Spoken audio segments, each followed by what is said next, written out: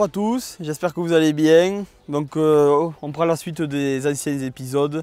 Excusez-moi pour l'écart entre les vidéos, c'est vrai que j'ai pas eu le temps de tourner à cause de plein de choses. J'ai eu pas mal de boulot sur plein de choses, sur l'exploitation et en extra aussi. Et du coup, voilà, j'ai pas trouvé le moment de tourner quelques vidéos. Malgré qu'on s'est tenu un peu à jour, j'ai mis quelques stories de temps en temps. Mais bon, voilà. J'essaie de m'améliorer petit à petit et c'est pas facile. Mais bon, on fait de notre mieux. Tout d'abord, voilà, donc pour prendre la suite des épisodes, pour montrer l'évolution de... voilà, cette vidéo va concerner surtout l'évolution du parcellaire et tout ce qu'on a mis en avant sur la propriété pour pouvoir au mieux rentabiliser le tout. Voilà. Donc pas mal de choses ont évolué par rapport à ce que j'avais dit dans l'avant-dernière vidéo. Où c'est que je présentais tout l'assolement, voilà. Donc il y a pas mal de choses qui ont évolué et on va vous montrer tout ça de suite. Allez. Donc sur cette parcelle là qui était destinée, je crois que j'avais dit, il devait y avoir c'était en féverole, je ne sais pas si vous vous souvenez, tout était en féverole d'ailleurs. Et voilà, on va vous mettre quelques plans. Il devait y avoir du maïs ici et puis j'ai pas pu avoir les contrats que je voulais. Enfin, c'était un peu risqué de commencer de suite avec autant de surface de maïs, sachant que j'avais pas d'ancienneté sur la culture, je la maîtrisais pas à 100%. Donc j'ai voulu essayer de la courgette porte-graine. C'est du semence, il y a des mâles et des femelles que je vais vous présenter. Et voilà, du coup je suis parti sur 1 hectare. J'ai divisé cet îlot, il y a 8 hectares, je l'ai divisé en 3 parcelles différentes, en 3 cultures différentes. Il y a de la courgette, de la féverole, celle que j'avais semée que finalement j'ai gardée pour récupérer. Et après du maïs, des bases de maïs que j'ai pu avoir. J'en ai eu 5000 m² pour commencer. C'est manière de me faire la main dessus et voilà. Les courgettes, c'est pour avoir un peu, pour le peu que j'ai fait, le premier retour c'est assez simple, c'est relativement simple, plus compliqué au semis à faire. Je vais en refaire l'an prochain si c'est possible, mais pas autant, juste mettons voilà, un demi-hectare ça devrait suffire. Voilà, là je suis parti sur 1 hectare, c'est déjà gros, il y a beaucoup de boulot à faire. Et donc voilà. Les courgettes ça se développe très rapidement, on a des terres qui vont super bien ici, c'est un peu de l'argile, ça draine vachement. Alors ça va bien, les conditions sont vraiment rapprochées et toutes comment dirais-je, retenues pour cette plante là. Donc ça vaut le coup de le faire et je vais le continuer. Assez compliqué à semer, je disais, c'est-à-dire qu'on a des mâles et des femelles à 6 jours d'intervalle à semer, 6-7 jours, un truc comme ça. Et donc on a 5 femelles à 60 et on a les mâles qui sont à 80 des dernières femelles, 60 entre les mâles, donc c'est un peu le bordel à semer. Il a fallu faire magouiller des trucs sur le GPS, tout ça. Bon, ça est sorti, on a fait une super belle parcelle et voilà. Et les fruits sont en train de sortir, on ramasse tout ça fin septembre, voilà, et c'est déjà pas mal. Et je vous dirai après dans une autre vidéo le résultat de ce que ça m'a rapporté, voilà, la quantité sortie à l'hectare, les volumes, je vous parlerai de chiffres, mais quand j'en saurai davantage. Je ne peux pas m'avancer sur des choses pour le moment. Donc voilà. Et bon, c'est tout pour cette parcelle et je vais vous montrer un peu tout ça en plan au drone et après on va aller voir le maïs et la suite de l'exploitation. Voilà. Bon voilà, là on est sur la parcelle de maïs. C'est ici où c'est que ça sera le précédent des courgettes. J'ai prévu de mettre les courgettes ici et de tourner les bases là-bas et les courgettes ici. Donc les bases, il y a cette parcelle et plus la parcelle de trèfle, je ne sais pas si vous vous souvenez, parce que j'ai du trèfle aussi d'Alexandrie. Donc ça fera, je sais pas, 3 hectares de base. Et ça, voilà, ça sera en courgette, il y en a un peu moins, ça sera plus facile pour moi à gérer en tout cas. Voilà, le maïs, comme je vous disais, il y a un peu de différence entre les pieds. Vous voyez, il y a des pieds hauts et des pieds bas. J'ai semé, les conditions étaient un peu plus fraîches. Et au niveau des passages de roues, les éléments intérieurs et extérieurs, le sol était peut-être un peu plus tassé et ça a fait la différence. On le voit de suite à la levée et puis en grandissant, ça se voit. Le rendement, ça va impacter peut-être un tout petit peu le rendement ou pas, je ne sais pas trop, on le verra bien. Je vous dirai ça aussi à la moisson et voilà. Mais bon, après dans l'ensemble, il y a un joli maïs quand même, je suis assez content, tous les pieds sont sortis. Bon, il y a eu des raffarins qui sont venus me topiner la parcelle quand je l'ai semé, petits cochons. et j'ai ressemé des pieds à la main. Il me restait une poignée de graines de maïs, là. Alors j'ai refait 2 ou 3 lignes sur 5 mètres.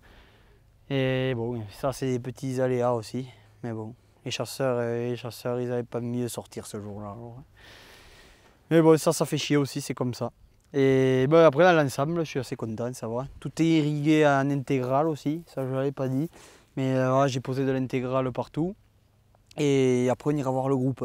Parce que la dernière fois j'avais pas pu vous le faire tourner, mais là il marche impeccable maintenant. Et je sors, j'arrive à faire tourner toutes les lignes en même temps. C'est très bien. Franchement, je regrette pas cet investissement. Ça va bien. Mais voilà. Non, dans l'ensemble, c'est pas mal. Donc voilà, c'est pas mal. Il y a bon, les passages de traitement. On a eu un petit problème avec le GPS. Et du coup, bon, j'ai écrasé quelques pieds. Ça fait chier ça. Bon, c'est pas très grave. Mais bon, c'est toujours ça de moins. Et voilà, et après, là la parcelle est très, et franchement elle est propre. Il y a un peu de chien d'âne, c'est vrai qu'ici on a une population de chiens d'âne, c'est une saloperie cette herbe, il y en a partout quoi. Et bon, ben, les traitements ont été faits en temps et en heure, tout correctement, c'est pas trop mal. J'ai voulu le biner aussi, le maïs. Je suis un peu un adepte du binage et je trouvais que c'était une bonne idée de le faire. Je l'ai fait avec les courgettes, ça s'est bien fait. Et la parcelle, vu qu'elle penche un peu plus que les courgettes, on avait de la dérive avec la bineuse et même avec le GPS, ben, le tracteur il se mettait légèrement de crabe et je cisaillais des pieds. Alors je laissais tomber et j'ai tout fait à la même finalement. Non, je plaisante. Mais bon, ça fait chier, c'est pas grave. Mais bon, ça fait le taf, c'est pas mal. Voilà. Un joli petit maïs, on verra bien ce que ça donne. Le tout c'est que ça rapporte peu. Ouais, je rigole un peu. Tout ça tu le prends. Oui, je rigole un peu parce que l'autre derrière la caméra, c'est Loris. Quoi. Ça fait longtemps qu'on ne l'avait pas vu, mais il fait le con. Hein. Je vous le dis, moi. Bon, passons. Là, on était donc voilà, pour le maïs. Et ensuite, là ça, c'est la févrole, celle qui était plantée. Que j'avais plantée quand je vous avais montré que l'hiver, voilà, elles avaient du mal. Elles avaient de l'arthrose parce qu'elles n'arrivaient pas à se relever. Quoi. Tout ça, ça va être des moissonnés. Je la récupère finalement. Et dans les premières semaines de septembre, je sème de la betterave, semence. Voilà, donc pareil, mâles et femelles. Là c'est 14 planches, 14 raies de femelles, 14 raies de mâles. Et je vous enverrai ça, je vous mettrai une story quand je le sèmerai. Et l'évolution de tout, pareil, je vous montrerai tout ça. Donc là il y a 5 hectares de betterave. Et tout irrigué, mais là je mets un canon, un enrouleur cette fois-ci. Parce que l'intégrale, je crois que je ne vais pas en avoir assez, ou il faudra que je m'en fasse prêter peut-être, mais je préfère un canon parce que comme on l'irrigue que juste 1 ou 2 fois avant l'hiver, et après ça sert à rien d'insister. Donc du coup je ne vais pas laisser les lignes intégrales tout l'hiver, il faudra que je les démonte à tous les cas. Donc voilà. Donc pour le moment, ça je vous enverrai tout ça et voilà. Mais on a fait un essai, on a fait un aller avec la moissonneuse pour la ramasser il y a 1 semaine. Mon père il me disait mais c'est mûr quoi. Elle était à 17,5 d'humidité, je leur disais que c'était pas mûr quoi. Il la faut je crois à 9. La févrole il faut la ramasser à 9,5 d'humidité, un truc comme ça. Et voilà, et là elle était à 17,5. Bon, je veux bien 2 points de plus à la limite, mais là, en plus je fais sécher, mais là c'était trop. Ça allait fermenter, c'est pas conseillé ça. Donc voilà. Bon allez, je vais vous montrer la suite un peu. On va aller voir le groupe.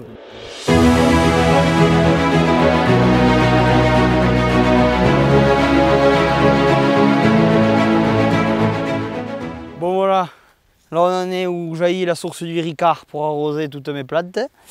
Donc voilà, ça c'est le groupe que je vous avais montré dans une précédente vidéo. Donc j'avais pas pu vous le faire démarrer, je ne sais plus pour quelle raison. Là je vais vous le faire tourner, je vais vous montrer un peu ce que ça va. Je vais débrancher la gaine là. Et voilà, comme ça vous allez voir un peu tout ce qu'il fait. Mais je suis super content, franchement ça marche impeccable. Allez. Allez, déjà il faut que je débranche ça, cette merde là. Ça c'est mon arrivée. Non. Enfin c'est là où arrive l'eau, oui. Si je vais prendre une éjaculation d'eau par la gueule. Ah, salope, pute! C'était sûr, cette merde! En plus, je me fais chier à chaque fois.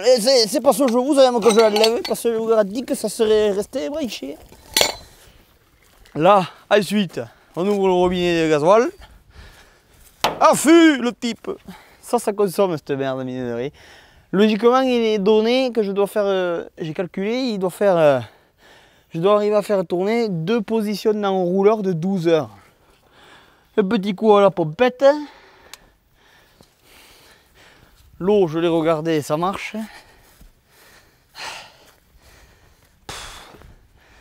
Là, hop. On branche la batterie. Tac. Un petit coup là. Et attention. Et voilà. Cassoni. Eh, viens me voir saucisse. Viens me voir l'eau qui coule là-bas. Ralenti moteur. Hein. Ralenti moteur. On est à... Il y a 50 mètres de dénivelé. Donc un bar de moins tous les 10 mètres on perd. Au ralenti moteur, je suis à 4 bars en sortie de la borne. Dès que j'accélère, je monte à 10 kg de pression.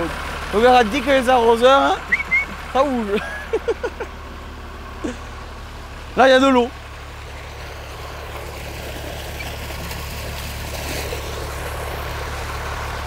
Je vais vous expliquer aussi pourquoi j'ai la vanne bleue là, la 3 voies. Je vais vous expliquer pourquoi après. Et je vais accélérer un peu. Et filme quand je vais accélérer.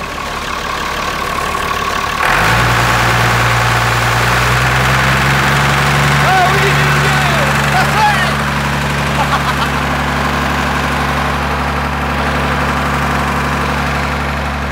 ah. Ah mais là ça envoie là hein.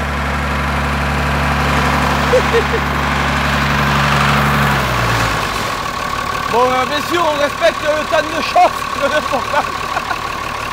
Merde il est tombé là. Si j'enlève ça.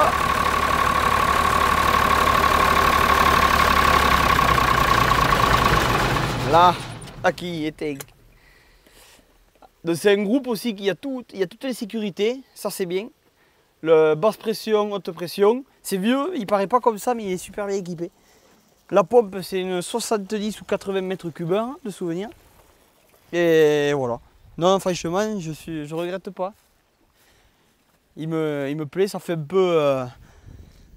peu, agriculteur, vous savez là, en Afrique où c'est qu'ils irriguent des cannabis ou je sais pas quoi là. Et on a déjà vu des trucs comme ça dans des films là. Il me manque le chapeau et Santiago, c'est pareil. Donc voilà, là je vais vous expliquer pourquoi j'ai cette vanne 3 voies ici que je viens d'installer il n'y a pas longtemps. En fait sur les lacs qui sont non collinaires, enfin, le mien ne dépend pas d'un ruisseau, il est alimenté par des sources et c'est après l'eau qui ruisselle des champs qui alimente le lac. J'ai un gros volume en plus, ça c'est bien pour l'exploitation. Ça m'assure un peu une stabilité et ça me rassure aussi pour les cultures. J'ai toute l'eau que je veux. Bref. Du coup, cette vanne, en fait, donc on est obligé de cuber, de connaître, si jamais j'ai un contrôle, connaître le cubage que je prélève. Et donc du coup, en fait, quand je ne me sers pas de ma pompe, comme j'ai l'agriculteur qui est au-dessus, enfin celui qui a le lac, il a une pompe aussi de 40 chevaux qui est là dans le bâtiment et il s'en sert pour arroser son jardin. Donc 40 chevaux, il est tranquille au moins. Et voilà, donc du coup, quand je veux arroser moi, je coupe sa vanne pour ne pas envoyer de l'eau dans ce circuit. Mais bon, après il a un clapet donc ça risque rien, mais au cas où, voilà, je ferme ma vanne et j'ouvre la mienne. Et après, c'est moi qui balance l'eau dans le circuit. Et l'entrée sous terre est ici, là. Voilà. Et ça, là, il y a un clapet aussi, un gros clapet anti-retour. Et voilà. Donc, on est pas mal. Là, franchement, je suis bien équipé. Enfin, pour moi, pour le début, c'est pas trop mal. Et après, moi, si jamais ça intéresse quelqu'un, je le vends ce groupe parce que j'en ai une autre pompe. Enfin, je voudrais la changer, mettre un truc sonorisé, vous savez, avec les côtés fermés, ou c'est que ça fait moins de bruit parce que quand il est au régime, à la pression demandée, enfin, pour faire tourner tout ça, là, il fait quand même un peu de bruit et ça résonne un peu, quoi. Ici, on est dans un bas-fond et voilà. Donc voilà, j'ai envie de le vendre. Si quelqu'un est intéressé, qu'il me contacte. Il partira rapidement. Mais sinon, ouais, après ça me ferait un peu chier de m'en débarrasser parce que c'est quand même un peu une antiquité qui me plaît bien. J'aime bien ces tripotés mascagnes là, quoi. Merci d'avoir regardé cette vidéo. Voilà, j'espère que le contenu va vous plaire. Encore une excuse pour l'écart entre les vidéos. C'est vrai que j'essaye de me tenir toujours à quelque chose de régulier, mais là pas facile en ce moment. Petit à petit ça ira mieux, rassurez-vous. Et voilà.